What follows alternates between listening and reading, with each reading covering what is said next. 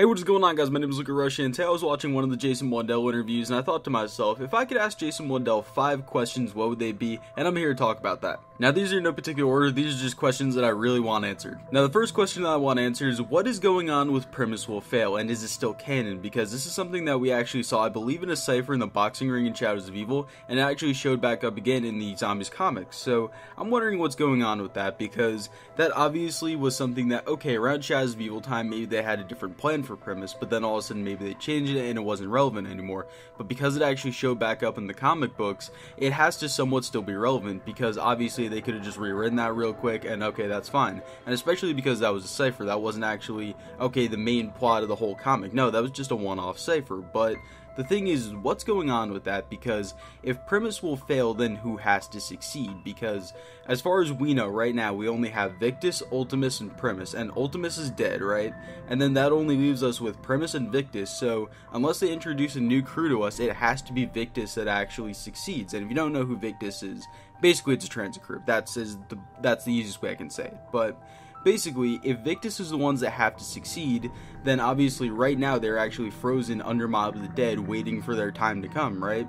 And then that brings up a whole bunch of questions of, okay, well then, what's going on with Black Ops 2? Why wasn't there enough of this explained? And then, what happened with all sorts of stuff? There needs to be a lot of questions that need to be answered, but the first of them has to be, will Primus fail? And is it still canon? Personally, I believe it is canon, and I think that in Black Ops 4 they're going to elaborate on that more. I don't think that Victus will actually be the main crew for the next game, but personally I think that they will be featured in 1, maybe 2 maps, whatever it is, right? And they're going to be massively important in the whole storyline. And that brings me to my second question of, what is the purpose of Victus? Because at the end of Buried, basically we killed off the transit crew, right? That's what they did, and throughout Black Ops 3, they kind of hammer home the idea a little bit of Victus is not relevant in the story right now. But then all of a sudden when the Zombies timeline came out, they said, okay, well, Victus is back into the loop now. They said, okay, well, they still exist, and with the Zombies comics, they go, okay, well, there's still a purpose for them, right? And then, even with the idea of they're still frozen, right, there has to be some sort of overriding purpose for them rather than, okay, they're just cannon fodder, and they're basically just a little thing that we can use to further a little bit of story. No, there has to be a bigger purpose for them, especially because, going back to point number 1, if Primus does fail, then someone else has to succeed. And if Victus is the ones that succeed, then we need a little bit more backstory to Misty, because we don't really know much about her. Same thing with Stuhlinger. We don't really know much about him. We know that he was part of, I believe it was The Flesh.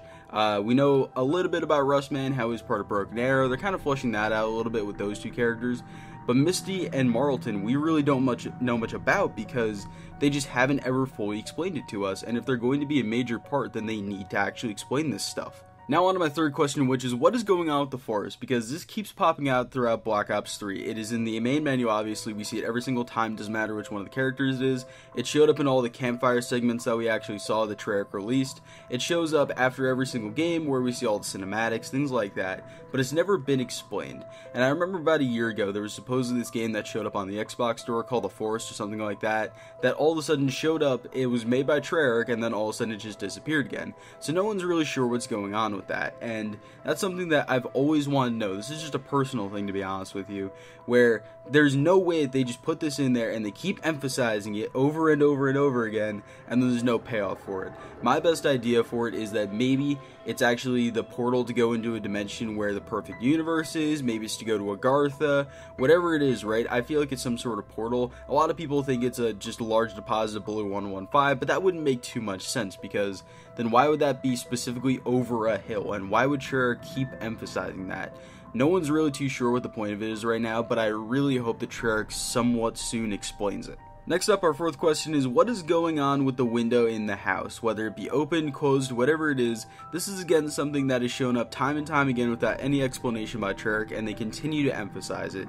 Now, my best idea for what's going on with it is maybe if the window is closed, the evil stays out, and if you open the window, it allows the evil to come in. No one's too sure at this point, but again, it has to be some sort of payoff that Treyarch is waiting on giving.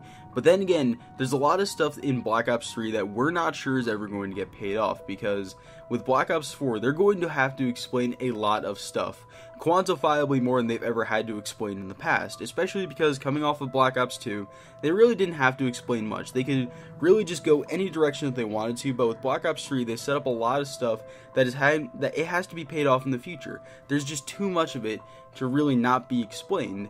And again, the window is something that they continue to emphasize, especially in the Zombies Chronicles cinematic trailer. And finally, my last question would be, what is going on with Richtofen's promise? Because this was something that didn't just show up in his Memories trailer, but it was something that seems like it shows up all throughout Black Ops 3, and it seems like it is the driving force behind everything that Richtofen does. This promise that he made long ago, and no one, again, is sure what he means by this. A lot of people seem to think that it's actually a promise to Dr. Maxis. A lot of people seem to think that maybe it was to the Shadow Man. No one really knows who he's talking about. All we know is that he was talking about Dr. Monty later in the trailer, but then again, you can't really be too sure because he never names anyone by name. But this seems to be his driving force behind everything that he does throughout Zombies at this point, and there has to be some sort of payoff. Maybe eventually, once Primus does fail, if that is something that they're going to be striving for, then maybe eventually we'll find out who his promise was made to when eventually Primus Richtofen does die, or the rest of the crew eventually does meet their final fate. This is something that is really interesting, and I think people should again take a look at and see if we can find some more information on. But then again, this is just, my take on it. There's a lot of takes that you can make on any of these questions. Tell me what you guys think in the comment section down below. I'd love to hear. What are the 5 questions that you would ask Jason Blundell if you could ask him anything and he would give you an honest answer? Like I said, tell me in the comments. I'd love to hear. While you're down there, I'd appreciate a like. And subscribe if you guys are new around here. Turn on notifications because you're my daddy. Anyway, I love you guys. I'll see you in the next video. Peace.